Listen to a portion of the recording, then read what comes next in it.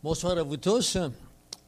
C'est avec grand plaisir que Plein Feu sur l'heure juste vous présente cette conférence intitulée « La nazification de l'Amérique ».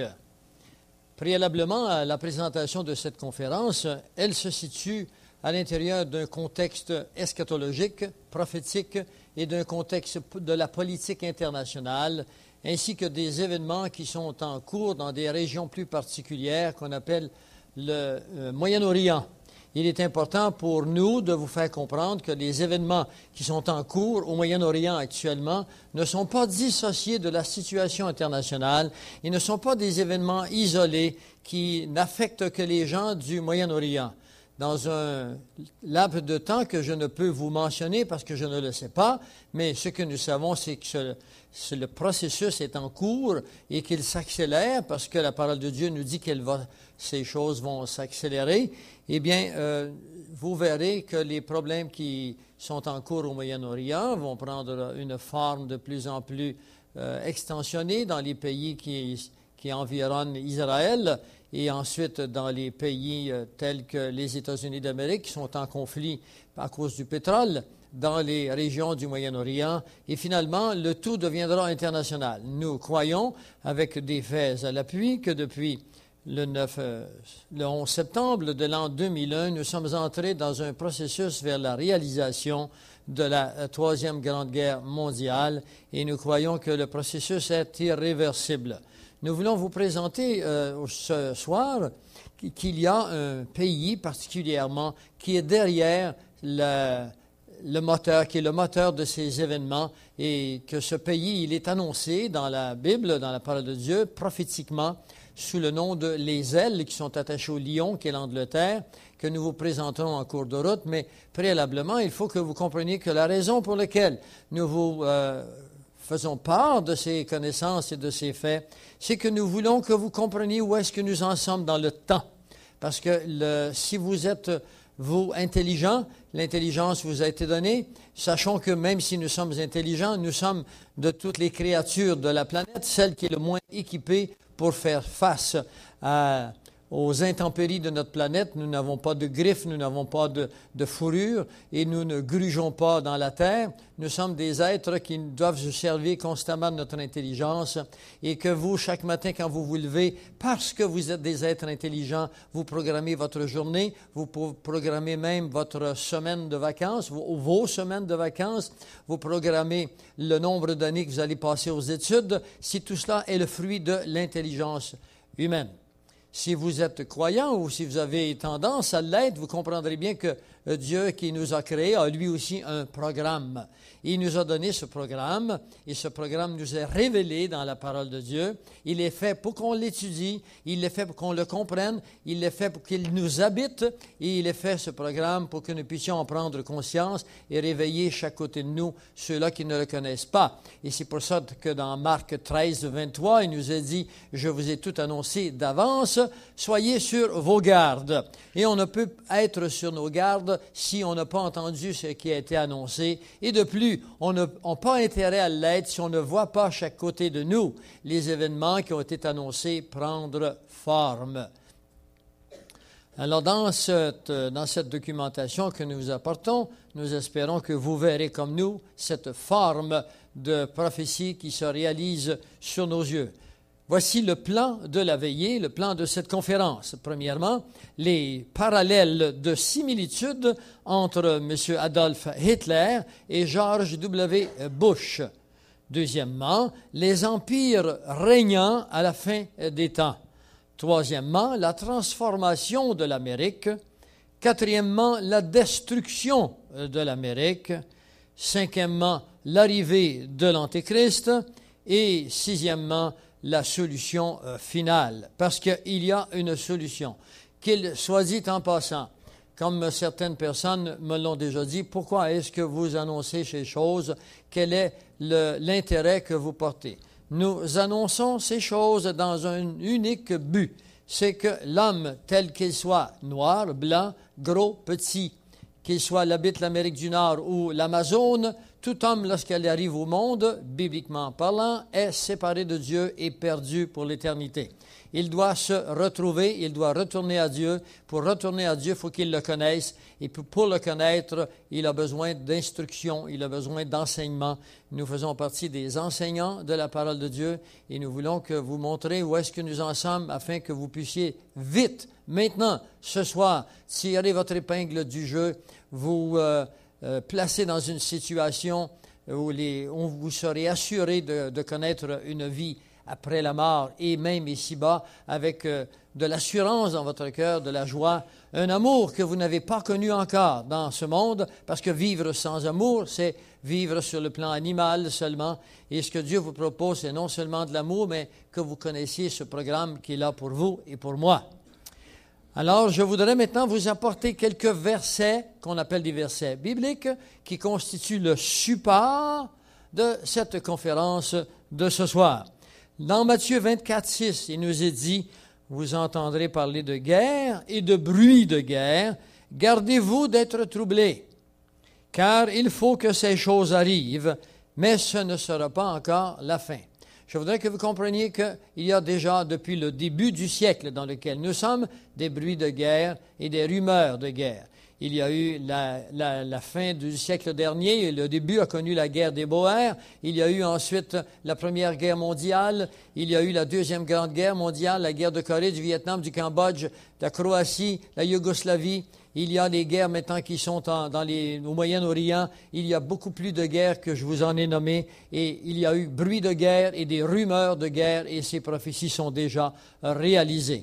Mais la Bible nous dit que ce ne sera pas encore la fin. Il faut d'abord que vienne l'apostasie. L'apostasie, c'est le peuple qui renie Dieu. Aujourd'hui, le peuple québécois, comme beaucoup d'autres peuples, ne connaissent plus Dieu. Ils ne parlent plus de Dieu, ils vivent comme si Dieu n'existait pas, et ça, c'est général, c'est rendu à peu près partout dans le monde. Ils se sont attachés à des idoles, mais ils ont oublié Dieu. Ils se sont fait un Dieu selon leur connaissance à eux, selon leur cœur, mais ils ont oublié de vérifier qui était ce vrai Dieu dans les études des Écritures.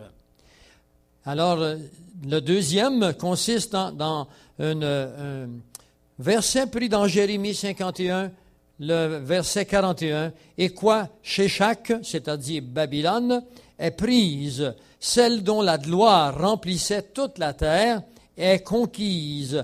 Et quoi, Babylone est détruite au milieu des nations. » Et nous vous montrerons en cours de route que le Babylone dont il est question ici, ce n'est pas l'Irak, même si l'Irak a été attaqué, elle semble détruite. Il ne s'agit pas de cette Babylone. L'Irak est une Babylone connue, elle n'est pas une Babylone mystérieuse. La Babylone mystérieuse, c'est celle qui a les caractéristiques qui correspondent à des critères bibliques que nous vous montrerons vers un peu plus tard dans cette conférence. Mes amis, il s'agit des États-Unis d'Amérique et de la ville de New York.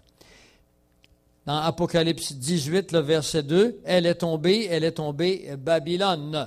Alors, c'est le support biblique qui va nous permettre de nous aventurer vers la conférence de ce soir. Avant que nous allions plus loin, puisque nous allons vous parler du nouvel ordre mondial, il est important que vous puissiez visionner avec moi ces quelques minutes que nous allons faire ensemble où M. Bush, le père, proclamera pour la première fois en public le nouvel ordre mondial. Alors, je vous invite maintenant à regarder à l'écran et à visionner ces paroles très importantes de M. Bush. They are using all kinds of symbology as part of their operation.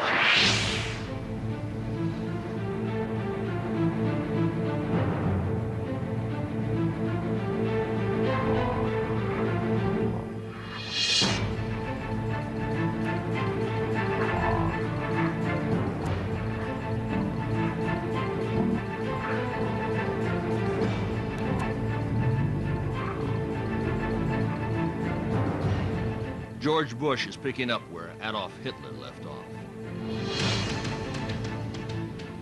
What is at stake is more than one small country.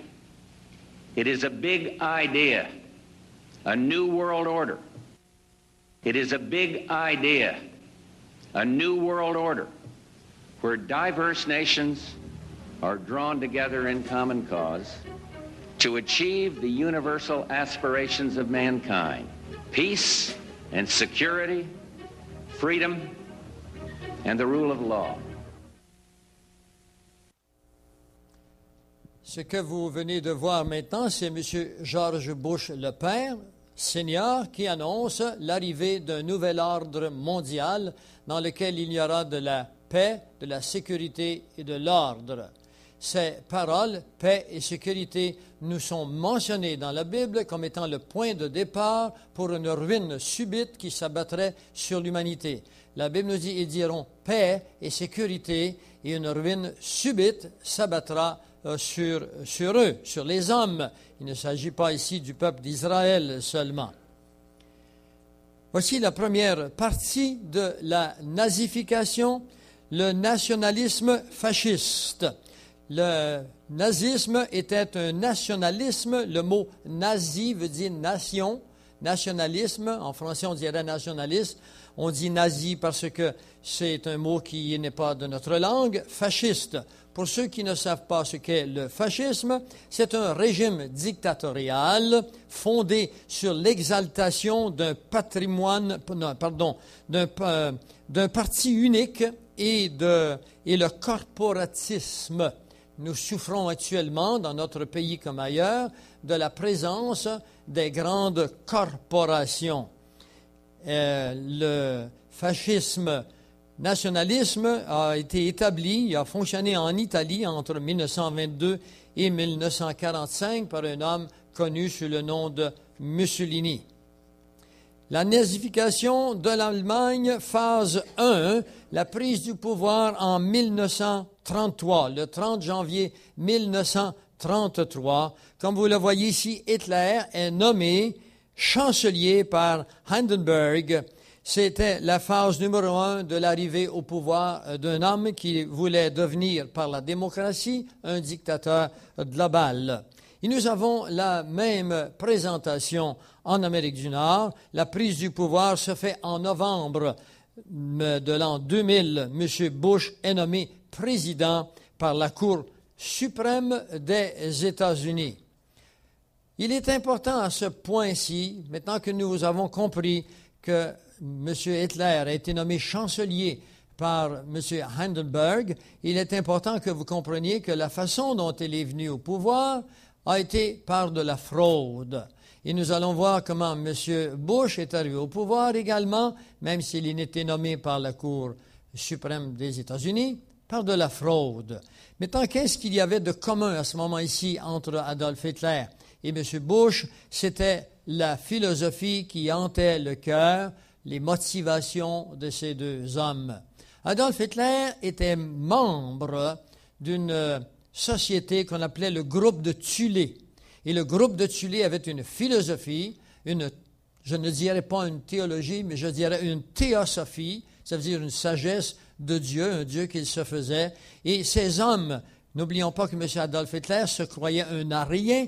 Les ariens, c'était une classe d'individus qui croyaient qu'ils venaient d'une autre planète et que leur planète s'était épuisée, les ressources étaient épuisées et que la planète allait être détruite et qu'ils seraient venus sur la planète Terre et qu'ils étaient une forme de Dieu. Ils étaient des hommes avec des missions spéciales. Adolf Hitler se croyait un homme qui avait pour mission d'épurer l'humanité de certaines ethnies, certaines races de monde qui, selon lui, étaient responsables des problèmes de l'humanité. Entre autres les Croates et ensuite les Juifs, spécialement le monde juif. Qu'il me soit dit en passant que cette haine qu'avait Adolf Hitler pour les Juifs et qu'il a ensuite transmis à sa race, c'est-à-dire la race germanique ou allemande, n'était pas que le fruit de l'instauration d'un régime nouveau. Il était également une haine qui avait été placée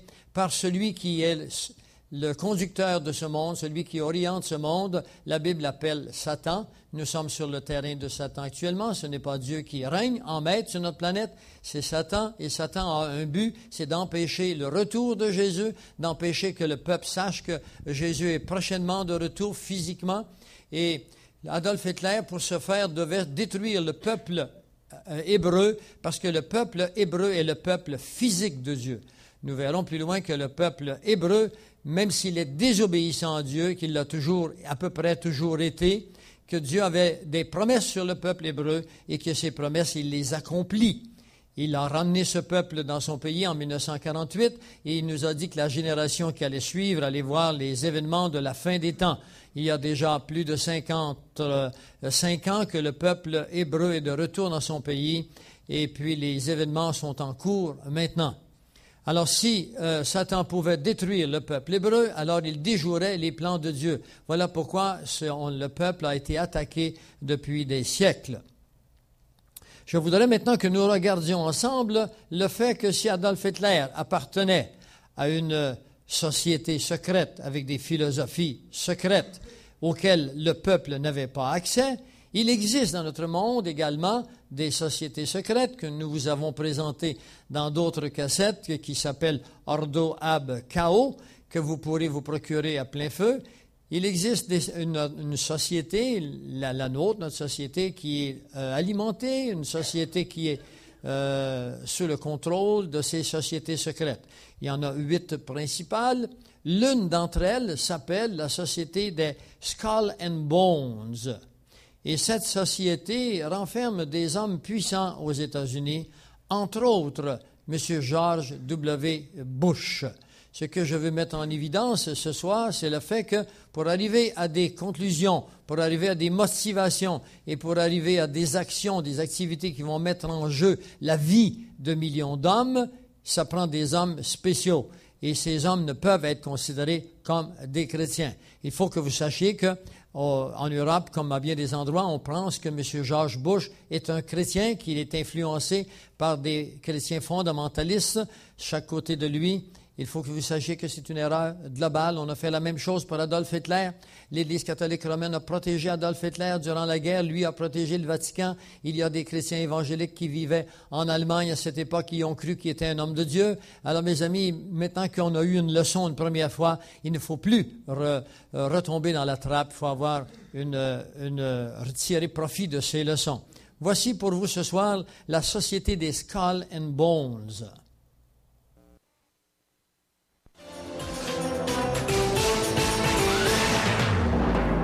Janvier 1989. I, George Herbert Walker Bush, do solemnly swear. George Bush est assermenté 41e président des États-Unis. And will, to the best of my ability, devant le peuple américain, il fait le serment de défendre la Constitution. So help me God. Congratulations.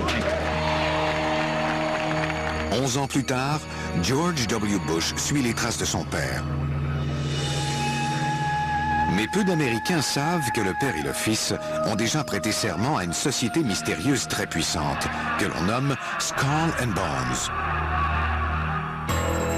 C'était pendant leurs études respectives à la prestigieuse université Yale. L'ordre des Skull and Bones a été fondé sur le campus de Yale en 1832 par un général Russell, qui s'est inspiré des loges de la franc-maçonnerie allemande, où l'on retrouve beaucoup de têtes de mort, de crânes, de squelettes, de cercueils et d'autres symboles du genre. Ron Rosenbaum, dont les articles ont paru dans le New York Times, a passé plusieurs années à étudier le Skull and Bones et ses membres influents. Selon moi, au départ, l'ordre était un rituel qui unissait l'establishment de l'Est, c'est-à-dire toutes ces familles fortunées et aristocratiques. Outre le président Bush et son fils, on compte parmi les membres éminents John Kerry, sénateur du Massachusetts, et William F. Buckley fils, porte-parole conservateur. Tous les ans, 15 membres sont sélectionnés parmi la classe de première année dans le cadre d'une cérémonie spéciale. À cette occasion, les initiés donnent une petite tape dans le dos des nouveaux reçus. Pour les quelques élus, cette invitation privilégiée signifie qu'ils sont promis à un brillant avenir. Ces 15 personnes intégreront non seulement l'élite du campus de Yale, mais aussi celle des États-Unis. Elles feront partie des gens qui guideront la nation, de ceux qui se donnent pour mission de devenir les leaders de demain. Les nouveaux membres sont alors conduits dans ce lieu interdit du campus de Yale, qui ne comporte aucune fenêtre, appelé la tombe. Il s'agit du repère secret de l'ordre des Skull and Bones. Il y a toutes sortes de légendes au sujet de cette soirée d'avril où les nouveaux membres sont choisis et amenés dans la tombe pour la première fois. Que se passe-t-il derrière ces portes cadenassées? Les rumeurs parlent, entre autres, de pratiques sexuelles étranges et de vols de sépultures. À mon avis, on tient la chose secrète parce que cela crée un effet mystique pour les membres comme pour le monde extérieur. Cela incite les membres du Skull and Bones à croire qu'ils sont tellement privilégiés que ce qui se passe dans la tombe a une telle signification qu'on ne peut le divulguer au grand jour. Le sénateur Kerry et M. Buckley ont poliment décliné notre demande pour discuter de leur affiliation au Skull and Bones. M. Bush a également refusé de commenter la chose. Les étudiants du campus n'en savent pas plus sur le Skull and Bones. Ce jeune homme dit avoir réussi à se faufiler dans la cour de la tombe. J'ai grimpé et je suis entré dans leur cour.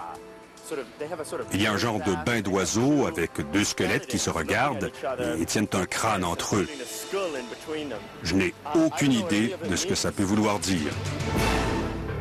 Un autre étudiant qui s'est également glissé dans la cour a pu prendre quelques images inédites, dont une photo de la mystérieuse fontaine.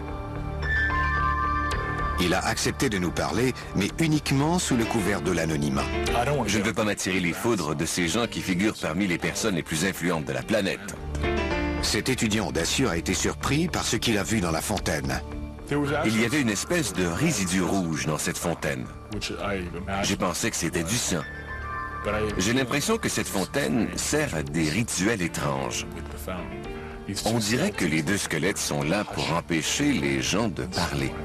Sur une autre photo, on voit une curieuse roue du destin. La roue comporte une aiguille pivotante. J'imagine que durant leur rituel, ils la font tourner et elle leur dévoile leur sort, leur destin. Ils font beaucoup de ce genre de choses, car ces gens croient tous que leur destin est de diriger le monde. Selon Nick Fleischer, co-rédacteur en chef du journal étudiant Rumpus, l'ordre des Skull and Bones a une telle emprise sur son image que chaque fois que les membres du journal tentent de traiter le sujet, leur travail fait l'objet de sabotage. Lorsqu'on a publié ce numéro, un certain nombre de journaux qu'on avait distribués ont disparu, très peu de temps après la livraison. Cependant, on les a retrouvés quelques jours plus tard. On n'a jamais eu de preuves tangibles, mais on a une petite idée de ce qui est arrivé.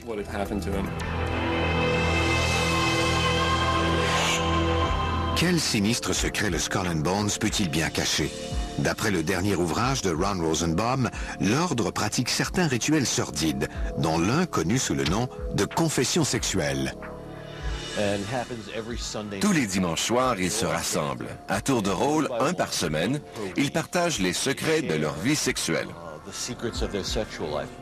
Il s'agit d'une espèce d'éducation sexuelle pour les jeunes de la bourgeoisie. On souhaite ainsi élargir leurs connaissances en matière de sexualité, de manière à éviter qu'ils se fassent exploiter, par exemple, par des filles non respectables, soit par des filles de classe sociale inférieure, des croqueuses de diamants ou des aventurières. Autre secret bien gardé des membres, leur bizarre fascination pour les chiffres 3, 2, 2. La légende raconte que l'ordre des Skull and Bones a été fondé par un orateur grec, Démosthène, en l'an 322 avant Jésus-Christ. C'est donc leur nombre secret. À mon avis, personne ne croit que l'origine de l'ordre remonte à si loin. Mais sur le plan mythique, il se réfère à cette époque. Le nombre 322 est très important pour eux. Mais derrière ce nombre secret se cache un autre mystère. Derrière la lourde porte qui mène à la tombe du Skull and Bones, il y a une pièce dont les murs sont couverts de plaques d'immatriculation. Récemment, une informatrice a pu pénétrer dans la tombe grâce à un initié qui a rompu son serment. Et elle m'a dévoilé ce qu'on appelle le secret des plaques d'immatriculation. Lorsqu'un membre des Skull and Bones voit une plaque qui comporte le nombre 322, il est supposé la confisquer. C'est bien le terme qu'elle a utilisé, confisquer. L'informatrice lui a révélé un secret encore plus lugubre, le vol de sépulture. On fournit le nom d'un personnage célèbre à chaque groupe de 15 personnes du Skull and Bones. Et on lui demande d'exhumer le crâne de cette personne pour l'emporter dans la tombe de l'ordre. Ron Rosenbaum croit que la famille Bush a été impliquée dans l'un des cas de vol de sépulture les plus connus. L'un de mes informateurs m'a raconté, et cette information a déjà été divulguée ailleurs, que l'un de ces crânes est conservé dans une boîte de verre remplie d'éclats de turquoise. Il s'agirait du crâne de Geronimo, le chef des Apaches. On raconte que Prescott Bush, le père de George Bush, était posté quelque part dans l'État de l'Arizona, tout près du cimetière où reposait Geronimo à la période où le crâne aurait disparu. Selon Ron Rosenbaum, la famille Bush a même tenté de retourner le crâne. D'après ce que j'ai compris, les Apaches ont refusé le crâne parce que ce n'était pas le bon à leur avis. Malgré ces rumeurs troublantes, beaucoup de gens croient que le Skull and Bones n'est qu'une confrérie inoffensive d'étudiants. On s'intéresse à eux parce qu'ils préservent leur côté obscur. Mais une chose est certaine, le pouvoir du Skull and Bones s'étend au-delà des murs de sa tombe. Ce qui fait que l'ordre des Skull and Bones occupe une telle place dans la société, ce n'est pas tant qu'il s'agit d'une confrérie hors du commun. C'est plutôt qu'au fil des ans, ses membres ont occupé des fonctions importantes. Ils ont été secrétaires d'État et présidents. Ils ont fait partie de l'establishment de la politique étrangère. Ils ont été membres du gouvernement et de la Cour suprême. Ce sont les hommes qui ont façonné le visage des États-Unis. Et ce qui est fascinant, c'est qu'ils ont eux-mêmes été façonnés à l'intérieur de la tombe du Skull and Bones.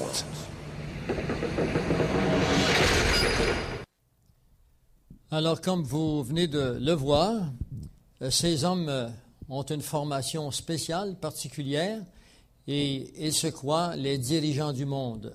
Vous avez vu qu'ils ont été des présidents, des secrétaires d'État, ils ont été membres des organisations internationales, et M. Bush, qui est président du premier ministre ou le président des États-Unis actuellement, est membre de la société Skull and Bones, ainsi que l'était son père.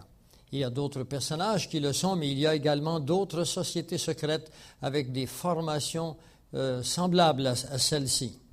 Nous allons continuer dans les similitudes entre les sociétés où la présence de M. Hitler et de M. Bush dans leur ascension vers le pouvoir. Le président de la République de Weimar, Paul von Hindenburg, nomma Adolf Hitler au poste de chancelier, même si le parti nazi ne présentait qu'une faible minorité du gouvernement allemand. M. Bush, en parallèle, est imposé au public américain par un coup d'État de la Cour suprême suivant la massive fraude électorale perpétrée par son frère de Floride. Des milliers d'électeurs furent disqualifiés comme étant des félons.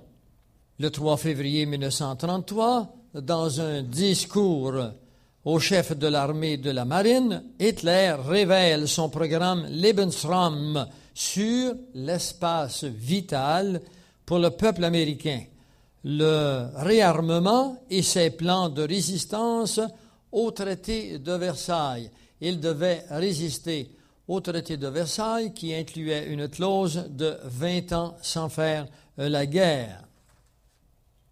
Également, en janvier 2001, M. Bush présente au Congrès américain des mesures de réduction de taxes avantageuses aux riches.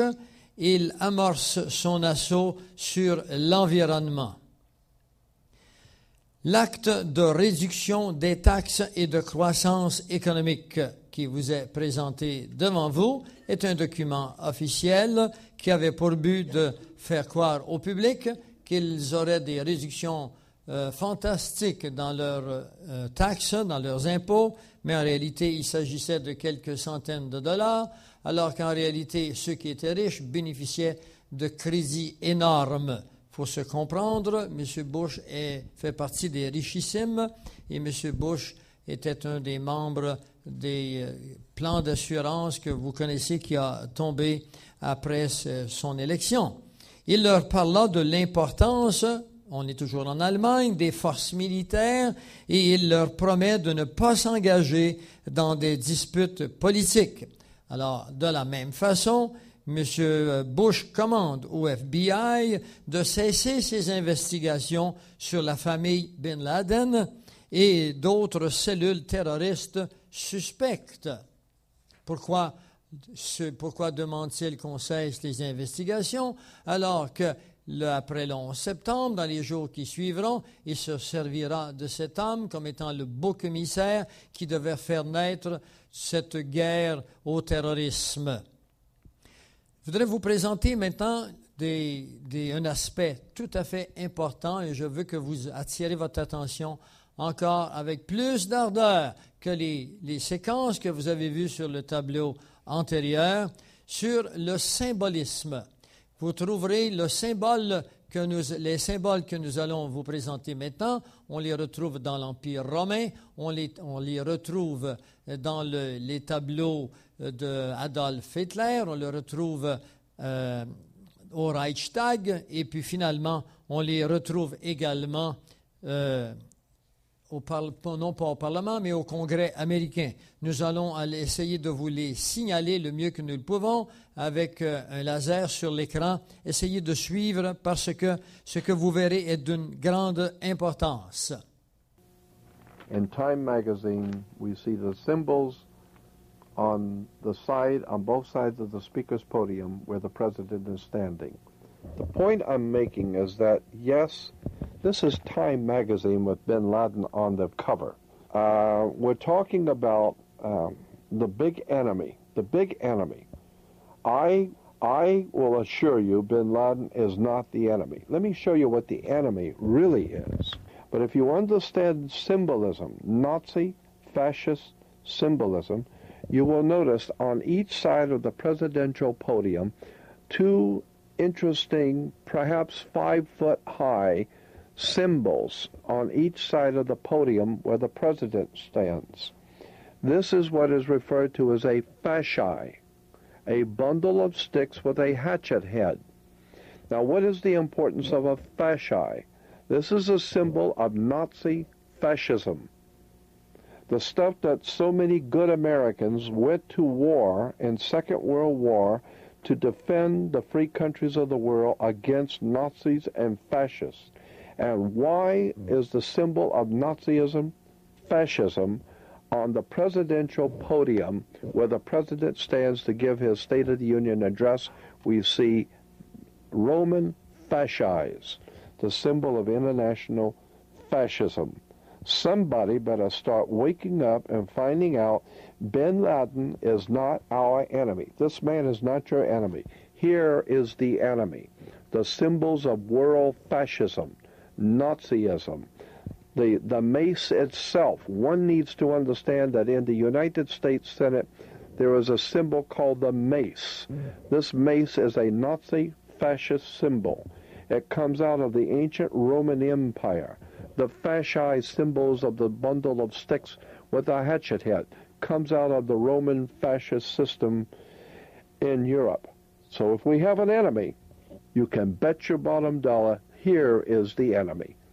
Alors, ce qu'il dit finalement, voici votre ennemi, il est là à Washington, avec les symboles qui sont là, qui sont cachés. Le symbolisme est une étude en lui-même sur les intentions qu'ont les gens qui utilisent ces symboles, qui ont la philosophie de ces symboles, qui est la domination globale que nous allons voir ensemble maintenant.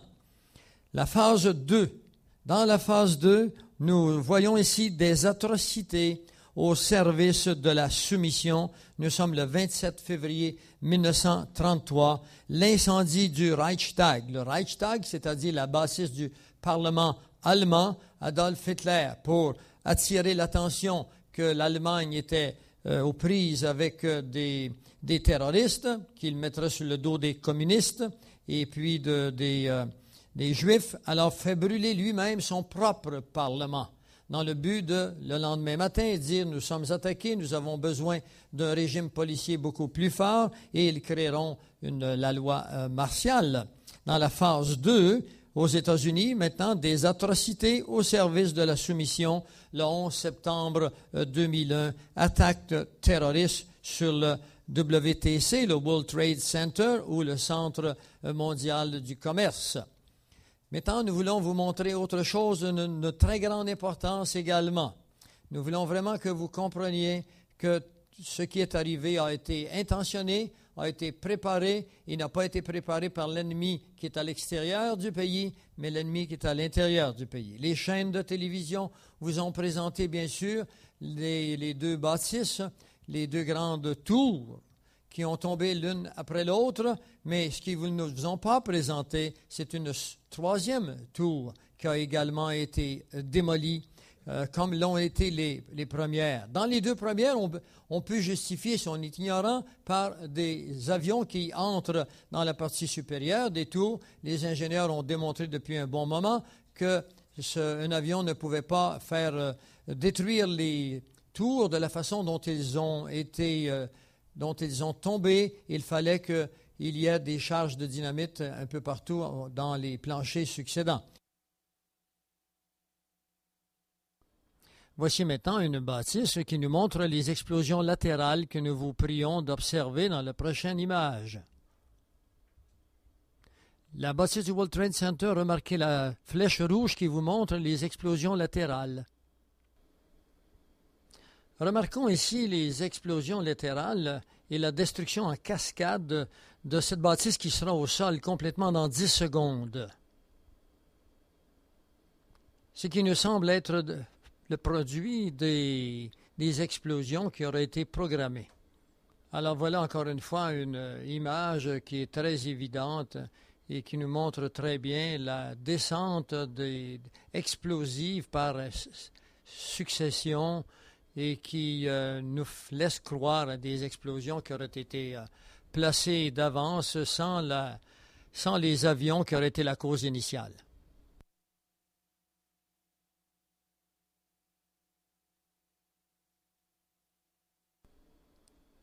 Les tours du World Trade Center ne se sont pas effondrées, mais ont explosé vers l'extérieur jusqu'à une distance de 70 mètres.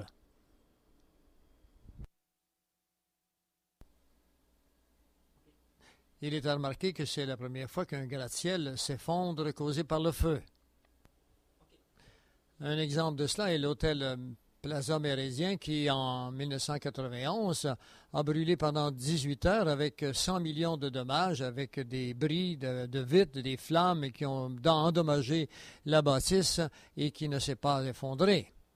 Un deuxième exemple est le feu de la première banque Interstate qui n'a duré que 3h30, mais qui a eu 200 millions de dommages avec un édifice de 62 étages et qui a obtenu 64 compagnies de pompiers et qui ne s'est pas non plus effondré.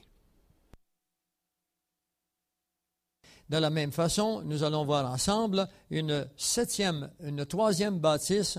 Voici des évidences de cette septième bâtisse sur le complexe du World Trade Center qui contient effectivement cette bâtisse. Alors voici maintenant l'emplacement du World Trade Center suivant la démolition. Le chiffre 1 ici indique l'emplacement de la tour numéro 1, la tour numéro 2, et puis la tour numéro 7 qui est la troisième tour qui a tombé vers 5h moins quart de l'après-midi après un feu qui débute vers 4h10. Ici, on voit l'accumulation des débris de la bâtisse numéro 7. Ici, nous avons une bâtisse de 34 étages, connue sous le nom de la bâtisse Verizon, qui était à gauche de la bâtisse numéro 7. À droite ici, nous avons la bâtisse fédérale, également appelée la bâtisse des postes. Ici, nous avons les ruines de la bâtisse numéro 7 et le post office ou encore la bâtisse qu'on appelait la Federal Building. Et puis, à notre droite ici, nous avons Verizon, la bâtisse qu'on a montrée il y a quelques instants. Et ce qui est étrange ici, c'est que ces bâtisses n'ont pas été touchées par l'effondrement de telles ruines d'une bâtisse de 47 étages. Voici maintenant une démolition par explosion normale programmée par des ingénieurs de cet art. La bâtisse numéro 7 du World Trade Center qui tombe avec le même ordre des choses. Les deux bâtisses maintenant en similitude. Again, what you're seeing are high shots. Now, here we're going to show you a videotape of the collapse itself. Describe that. Now we go to videotape, the collapse of this building.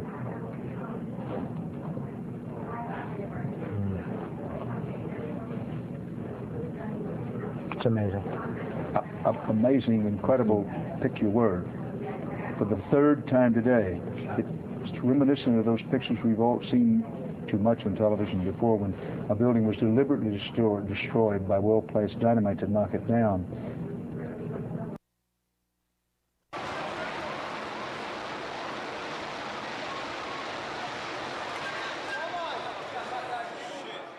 It's gone, man.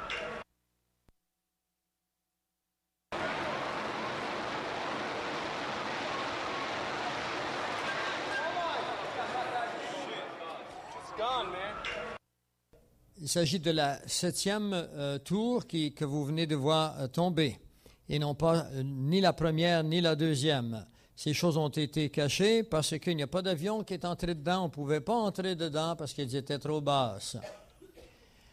La nazification, la nuit où la bâtisse du Parlement allemand fut brûlée, Hitler était à souper dans l'appartement des Goebbels. Au moment où le centre du commerce mondial et la bâtisse du Pentagone étaient attaqués, le président Bush faisait la lecture aux enfants d'une école en Floride et informé des attaques par ses associés, le président continua à lire. Allons voir maintenant les réactions du président qui est informé de ce qui arrive à New York.